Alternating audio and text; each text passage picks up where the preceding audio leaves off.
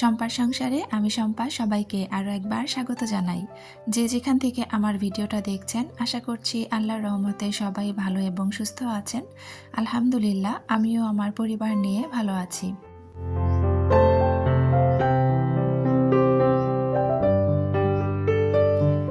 আজকে সকালটা শুরু করলাম বাবা ছেলের মিষ্টি একটা মুহূর্ত দিয়ে। তো আমার ছেলেটা এখানে পড়তে বসেছে, মানে তার বোনদেরকে সে পড়াশোনা করতে দেখে আর সে এটা করার চেষ্টা করে।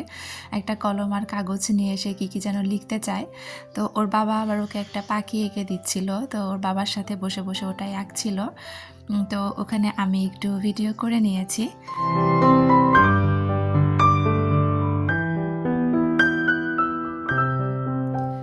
অফ ক্যামেরায় চা খেয়ে নিয়েছি আমরা। সকালে চা খাওয়ার পরে আমার দুই মেয়ের আজকে স্কুলে একটু প্রোগ্রাম আছে, ওদের অ্যানুয়াল স্পোর্টস আছে স্কুলে, তো ওই অনুষ্ঠানটা দেখার জন্য গিয়েছে। তো ওদের সকালে বাস ছিল 7:15-তে, তো ওরা অলরেডি চলে গিয়েছে। আর তারপরে আমি আর আমার হাজব্যান্ড মিলে চা খেয়েছি। ভিডিও শুরুতে তো হুট করে বলে দিলাম যে ভালো আছি, তবে হ্যাঁ, এখন যখন ভয়েস দিচ্ছি এখন ভালো আছি। তবে যখন ভিডিও করছিলাম ওই সময় কিন্তু মোটেও ভালো ছিলাম না, কারণ আমার সকাল থেকে প্রচণ্ড রকমের মাথা ব্যথা ছিল। মাথা ব্যথা হওয়ার কারণটা তার আগের দিন রাতে আমার ঘুমাতে অনেকটা দেরি হয়ে গিয়েছিল। কারণ আমার ছেলেটা দেখা যায় যে দুপুরের দিকে ঘুমালে সে একদম মাগরিবের পর পর্যন্ত ঘুমায়। তো ওই দিন সে আরও অনেক বেশিক্ষণ ঘুমিয়েছে, মোটামুটি সে রাত 7:45 পর্যন্ত ঘুমিয়ে তারপরে উঠেছে। যার কারণে সে রাতে ঘুমাতে ঘুমাতে 1টা পার করে ফেলেছিল। আর এর মধ্যে অলরেডি আমার ঘুমটা মানে এমনভাবে ঘুম ধরেছিল, কিন্তু ওর জন্য তো ঘুমাতে পারছিলাম না, সেই ঘুমটা আমার ভেঙে গিয়েছিল। যার কারণে আমার ঘুমাতে ঘুমাতে প্রায় 2টা পার হয়ে গিয়েছে, আবার উঠতেও হয়েছে অনেক সকালে। যার কারণে আমার মাথাটা প্রচণ্ড রকমের ভারী হয়েছিল, মাথা ব্যথা করছিল। তো যাই হোক, মেশিনে কাপড় দিয়ে ভাবলাম যে একটা ওষুধ খেয়ে নিই। তো একটা নাপা খাবো আর কি, না হলে দেখা যাবে যে কোনো কাজকর্ম করতে পারবো না, আর মাথা ব্যথাটা আরও বাড়বে। তো আমি কিন্তু সবসময় এই প্লেন নাপাটাই খেয়ে থাকি মাথা ব্যথার জন্য। আমার কাছে মনে হয় অন্যান্য নাপার চেয়ে এই প্লেন নাপাটাই কিন্তু অনেক বেশি কাজ দেয়। তো এই তো আমি একটু কাজের ফাঁকে আগে ওষুধটা খেয়ে নিলাম।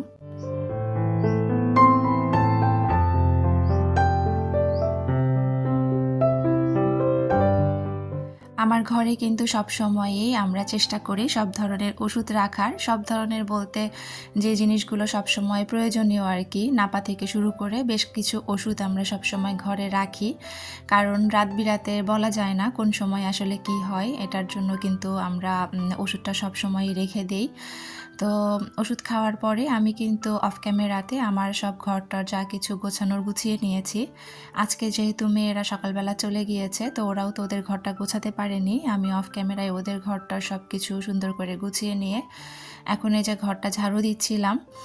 আর আমার ছেলেকে তার বাবার কাছে পাঠিয়ে দিয়েছি, কারণ যেহেতু আমার শরীরটা খারাপ লাগছিল, মাথা ব্যথাও করছিল, তো ওকে নিয়ে আমি কোনোভাবেই কাজকর্ম করতে পারতাম না। তো যার কারণে আমার হাজব্যান্ড কিন্তু মাঝখানে আরেকবার এসে ওকে নিয়ে চলে গিয়েছে, আর তারপরে আমি একটু একটু করে কাজ করছিলাম। যেহেতু শরীর ভালো না, তো একটানা কাজ করতে পারছিলাম না, একটু কিছুক্ষণ বসে থেকেছি, তারপরে আবার কাজ করেছি। তো এভাবেই করেছি আর কি। আসলে গৃহিণীরা তো অসুস্থ হলেও দেখা যায় যে কাজ করতেই হয়।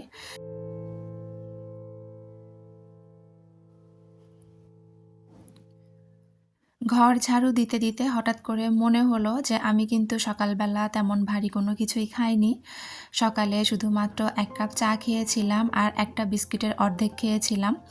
তো আমার একটু ক্ষুধাও লেগে গিয়েছিল। ক্ষুধা লাগলেও কিন্তু আমার মাথা ব্যথা করে। তো মনে হলো যে কিছু একটা খাওয়া দরকার, না হলে দেখা যাবে যে মাথা ব্যথাটা যতই ওষুধ খাই মাথা ব্যথা কিন্তু কমবে না। তো এইজন্য একটা ডিম পোস্ট করে নিলাম। আবার আমি যখন নাস্তাটা করি ওই সময় মোটামুটি 11:30 বেজে গিয়েছে। তো ওই সময়ের দিকে আর ভারী কোনো নাস্তা করতেও ইচ্ছা করছিল না। তো ভাবলাম যে একটা ডিম পোস্ট করে তার সাথে ঘরে খেজুর আছে, কলা আছে। তো ওইগুলো দিয়েই কিন্তু আমার নাস্তাটা হয়ে যাবে। তো আমি এখানে কিন্তু নাস্তা রেডি করে নিয়েছি।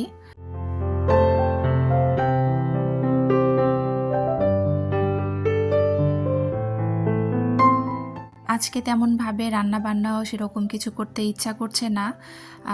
একটু হাতে মাখিয়ে তরকারি রান্না করব। তো এখানে আমি অফ ক্যামেরায় কিন্তু সিম, আলু কেটে নিয়েছি। তো এটা দিয়ে আমি একটা চচ্চড়ি রান্না করব। আর হচ্ছে ফ্রিজে কিছু তরকারি আছে, মানে ট্যাংরা মাছের তরকারি আছে। তো আর বেশি কোনো ঝামেলায় যাব না আজকে। আর তো এখানে হচ্ছে আমি তরকারিটা মাখিয়ে নিচ্ছিলাম। হাতে মাখা তরকারি খেতে কিন্তু বেশ ভালো লাগে। আর আমরা যারা বগুড়ার মানুষ আছি তারা কিন্তু হাতে মাখা তরকারিটা অনেক বেশি পছন্দ করি। তো যাই হোক, আমি কিন্তু চচ্চড়িতে শুধুমাত্র কাঁচামরিচ, পেঁয়াজ, লবণ, হলুদ ছাড়া অন্য কোনো মশলা খাই না। আমি বলতে আমরা সবাই আর কি আমার মায়ের কাছ থেকে এটা শিখেছি। তো যাই হোক, এখানে আমি কাঁচামরিচ, পেঁয়াজ, লবণ, হলুদ দিয়ে সামান্য তেল দিয়ে একটু ভালো করে মেখে নিব। তারপরে হচ্ছে আরও বেশি পরিমাণে তেল দিব আর কি, দিয়ে খুব ভালোভাবে আমি তরকারিটাকে মাখিয়ে নিব।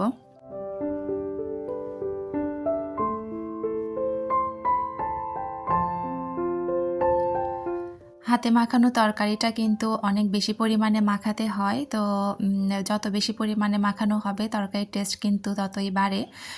আর এখানে হচ্ছে এই যে মাছগুলো দেখছেন, এখানে কিন্তু অল্প কয়েকটা মাছ আছে। এগুলো হচ্ছে যে বাটা মাছের যে ছোট মাছগুলো থাকে, আমরা তো রাখলা মাছ বলি। তো যাই হোক, তো এই মাছটা অল্প কয়েকটা দিয়েছি। তার কারণ হচ্ছে এই মাছ কিন্তু আমার মেয়েরা কেউ খাবে না, শুধুমাত্র আমি আর আমার হাজব্যান্ড খাবো। ওরা শুধু তরকারিটা নিয়ে খাবে, কিন্তু এই মাছ কিন্তু ওরা খাবে না। তো দেখা যাবে যে হচ্ছে মাছ যদি একটু বেশি দেওয়া হয় তরকারি শেষ হয়ে যাবে, মাছগুলো থেকে যাবে। এই জন্য অল্প কয়েকটা মাছ দিয়েছি। আর আমার মেয়েরা হচ্ছে যে ফ্রিজে ট্যাংরা মাছের তরকারি আছে ওইটাই খেয়ে নেবে, আর সাথে ওদেরকে একটু ডিম ভাজি করে দিব, তাহলে হয়ে যাবে আর কি। তো এইদিকে আমি হচ্ছে একটু শাক ধুয়ে নিচ্ছিলাম। এগুলো আমরা হচ্ছে বৈতার শাক বলি আর কি, বতুয়া শাক। তো অনেকেই হয়তো ঘি শাক নামেও চেনেন। তো এটা কিন্তু হাইব্রিড শাক ছিল। দেশি যে বতুয়া শাকটা থাকে সেটা কিন্তু ছোট ছোট পাতা থাকে।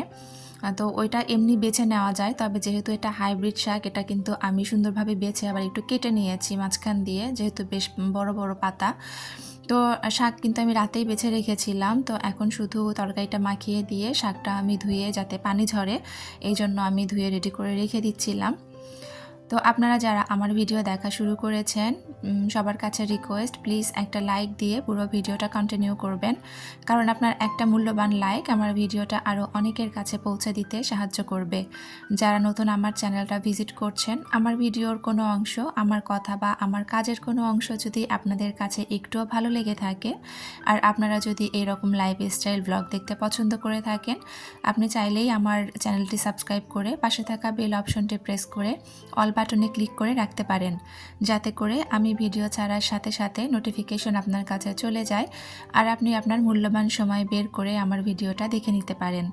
যারা অলরেডি কাজগুলো করে দিয়েছেন তাদেরকে অসংখ্য ধন্যবাদ। তো আপনাদের সাথে কথা বলতে বলতে এদিকে কিন্তু আমার শাকটা ধোয়া হয়ে গিয়েছে, আর ওইদিকে চুলায় যে তরকারি আছে, এখন আমি তরকারিটার মধ্যে একটু ধনিয়া পাতা দিয়ে দিব। তো তরকারি কিন্তু মোটামুটি হয়েই গিয়েছে। তো এখন হচ্ছে ধনিয়া পাতা দিয়ে তারপরে আমি চুলাটা অফ করে দিব।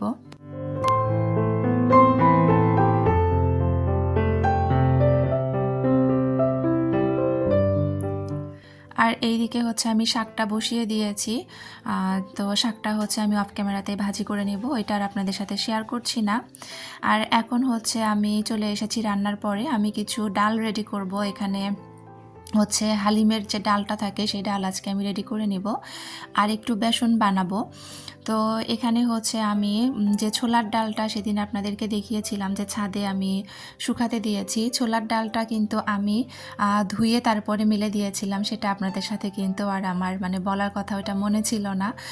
তো যাই হোক, এখানে হচ্ছে আমি যে হালিমের জন্য ডালটা রেডি করছি, তা সেটা আমি না যে ডালগুলো নিয়েছিলাম আমি পুরো ভিডিওটাই করেছিলাম, তবে কেন জানি আমি ভিডিওটা খুঁজে পাচ্ছি না, এটার জন্য আমি আন্তরিকভাবে দুঃখিত। তো এখানে কিন্তু আমি ছোলার ডালের সাথে কিছু পোলার চাউল, তারপরে হচ্ছে একটু মসুর ডাল, তারপরে খেসারির ডাল আর মুগ ডাল হচ্ছে মিশিয়েছি। তো সব কিছুই কিন্তু সমান পরিমাণে নিয়েছি, তবে ছোলার ডালটা পরিমাণে একটু বেশি ছিল। তো আর এই ডালগুলো কিন্তু আমি সব কিছু একসাথে ধুয়ে ছাদে শুকিয়ে তারপরে কিন্তু এখানে আমি গুঁড়াটা করছি।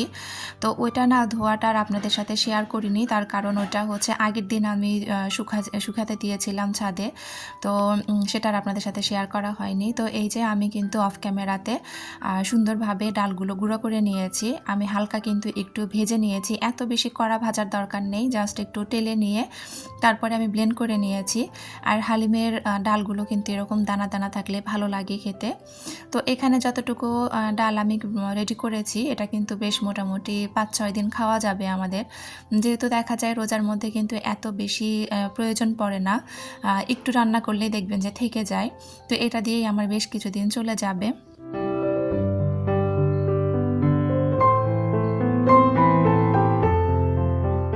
তো হালিমটা রেডি করে একটা জারের মধ্যে আমি ভরে রেখে দিলাম।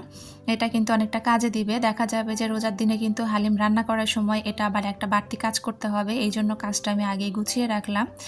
আর এখানে হচ্ছে বেসন বানাতে যে একটু বিপত্তিতে পড়েছি, তার কারণ হচ্ছে ছোলার ডালটা যে আমি ধুয়ে দিয়েছিলাম, ডালটা কিন্তু আমার মানে ভালোভাবে শুকায়নি।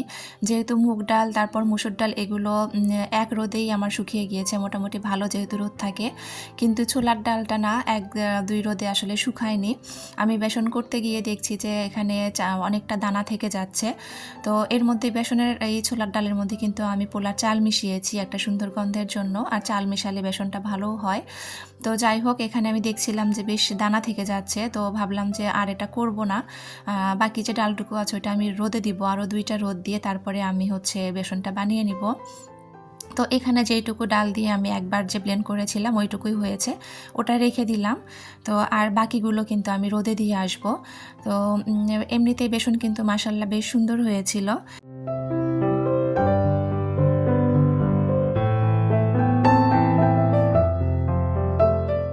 তো এগুলো সব কিছু কিন্তু আমি একটু সুন্দরভাবে পরিষ্কার করে নিচ্ছিলাম, আর তারপরে সেরকম কোনো ভিডিও নেওয়া হয়নি, এই ভিডিওটা একদম সন্ধ্যার পরে করেছি।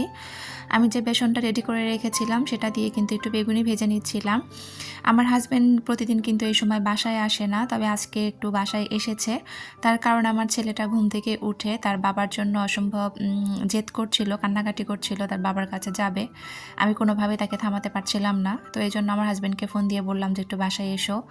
তো সেজন্যই সে বাসায় এসেছে। আর ভাবলাম যে সে যেহেতু একটু বেগুনি পছন্দ করে, আমার হাজব্যান্ডের কিন্তু বেগুনি অনেক বেশি পছন্দ, তো ভাবলাম যেহেতু সে এই সময় বাসায় এসেছে, তো বেসনও যেহেতু আমার রেডি করা আছে, তো কয়েকটা গরম গরম বেগুনি ভেজে দিলেই খেতে পারবে। তো এই জন্য কিন্তু আমি কয়েকটা বেগুনি এখানে ভেজে নিচ্ছিলাম।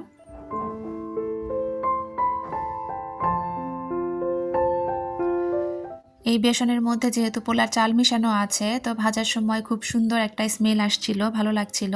সত্যি কথা বলতে আমার হাতের বেগুনি আমার বাচ্চারা, আমার হাজব্যান্ড অনেক বেশি পছন্দ করে। আর বেগুনিটা কিন্তু আমি বেশ ভালোই বানাতে পারি, নিজের প্রশংসা নিজেই করছি। আর এটা আমার নিজের কাছেও বেশ পছন্দ আমার হাতের বেগুনি। আর এত বেশি মজা হয়েছিল মাশাআল্লাহ, অনেক বেশি মুচমুচে ছিল। তো এটা দিয়েই সন্ধ্যার নাস্তা করেছি। আজকের ভিডিওটা শুরু করেছিলাম বাবা ছেলের মিষ্টি মুহূর্ত দিয়ে, ভিডিওটা শেষও করছি বাবা ছেলের মিষ্টি মুহূর্ত দিয়ে। তো ভিডিও শেষ পর্যায়ে চলে এসেছি, সবার সুস্থতা কামনা করে আর আমার পরবর্তী ভিডিও দেখার আমন্ত্রণ জানিয়ে এখান থেকেই বিদায় নিচ্ছি। আল্লাহ হাফেজ, আসসালামু আলাইকুম।